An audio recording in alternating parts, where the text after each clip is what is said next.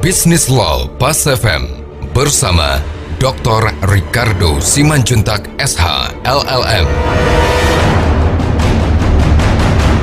Mitra bisnis, kali ini kita akan membahas satu topik yang sangat menarik dan sangat baru sebenarnya dalam dunia hukum sebagai satu yang dapat ditransaksikan, yaitu carbon trading. Artinya transaksi jual beli karbon. Mitra bisnis, kalau kita lihat bagaimana karbon itu dibentuk. Nah, ini pada wilayah-wilayah yang memiliki ukuran dan bukti, ya, mampu melakukan penyerapan karbon gitu kan. Maka wilayah ini akan disertifikasi gitu loh, sebagai satu dasar legal untuk membangun ukuran dan nilai, ya. Nah, sertifikasi itu harus datang dari institusi yang berwenang. Nah, kalau kita lihat di POJK nomor 14 tahun 2023 dan juga tentu Undang-Undang Lingkungan Hidup yang sebelumnya, yang menjadi dasar, maksud saya, itu yang mempunyai kewenangan itu adalah Kementerian Lingkungan Hidup dan Kehutanan. Jadi mereka yang memiliki kewenangan untuk melakukan justifikasi dari keberadaan atau kemampuan satu wilayah dalam menyerap emisi karbon yang dihasilkan dalam satu wilayah.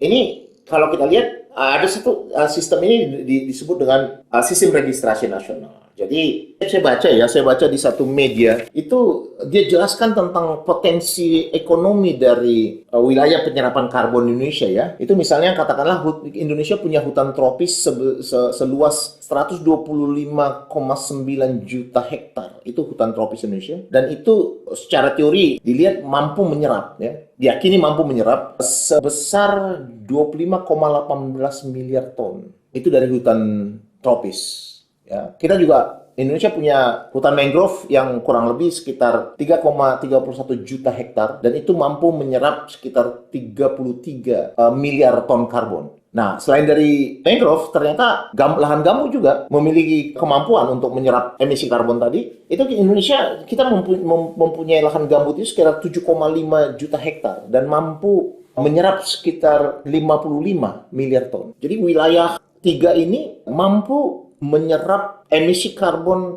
sampai dalam jumlah yang begitu besar, sehingga kalau dalam berita itu saya baca nilai ekonomis penggunaan wilayah penyerapan karbon itu bisa sampai sekitar 8.000 triliun, ya. Jadi 8.000 triliun ini, ya, kalau memang misalnya dari hasil pelestarian tadi secara maksimum Indonesia mampu mendudukkan diri sebagai negara yang sangat friendly environmental area, berarti potensi ekonomi dari perdagangan karbon itu huge, ya. Belum lagi saya dengar ada juga carbon capture, ada satu teknologi, tapi kita belum ke sana karena kita lebih melihat pada proses transaksi ini.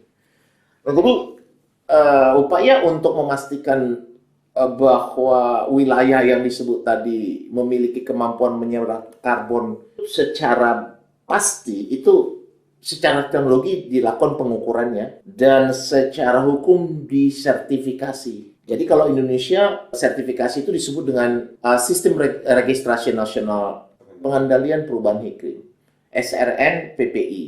Nah, dari SRNPPI, kalau dunia ada juga yang dikenal misalnya seperti Verra atau Gold Standard, ya. Tapi kalau Indonesia itu dikenal dengan Sistem Registrasi Nasional Pengendalian Perubahan Iklim. Nah, Sistem Registrasi Nasional Pengendalian Perubahan Iklim ini dia menghasilkan dua produk di sana yang dapat diperjualbelikan di bursa karbon. Itu persetujuan teknis batas atas emisi pelaku usaha. Yang kedua, sertifikat pengendalian emisi gas rumah kaca. Jadi ini pada pelaku usaha. Jadi kalau misalnya untuk pelaku usaha, mereka akan cenderung untuk memperdagangkan sertifikat yang lahir dari hasil persetujuan teknis batas atas emisi. Sehingga mereka bisa masuk pada kategori-kategori yang membangun ukuran sampai pada jumlah mana perusahaan tadi mampu mengeluarkan emisi karbonnya. Selain itu juga ada sertifikat pengendalian emisi gas rumah kaca atau SPE GRK.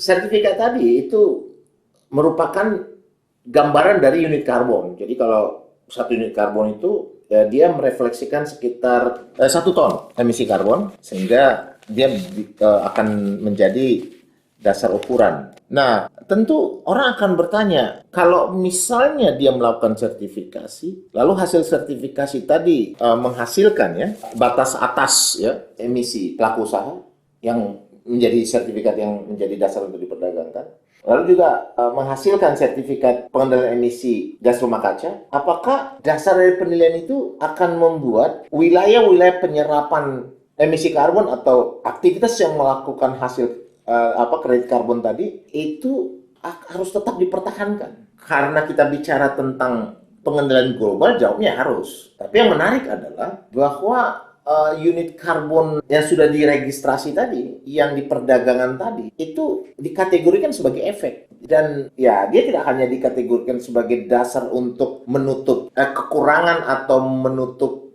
kelebihan dari emisi karbon yang dihasilkan oleh pelaku usaha atau ambang batas yang terlewati tadi. Tapi juga dia dikategorikan sebagai satu aset yang memiliki nilai yang dapat ditransaksikan kembali. Nah, kalau yang dia bisa ditransaksikan kembali, bagaimana cara untuk memastikan bahwa nilai tadi akan tetap berada pada nilai yang menjadi dasar lahirnya sertifikasi? Ya kan, ketika sertifikasi itu dilakukan kan mereka kan akan melakukan pemeriksaan tuh pada wilayah itu. Nah, berarti kan upaya untuk tetap menjaga lestari sampai pada nilai dan kualitas yang diharap yang dicatatkan dalam sistem registrasi nasional tadi kan itu kan harus terbukti.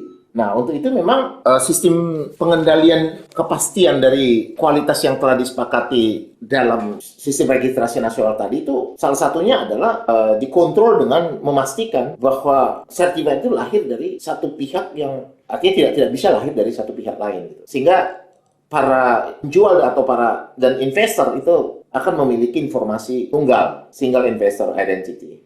Mitra bisnis, demikian pembahasan kita kali ini. Saya Dr. Ricardo Simanjuntak untuk Business Law Pas FM.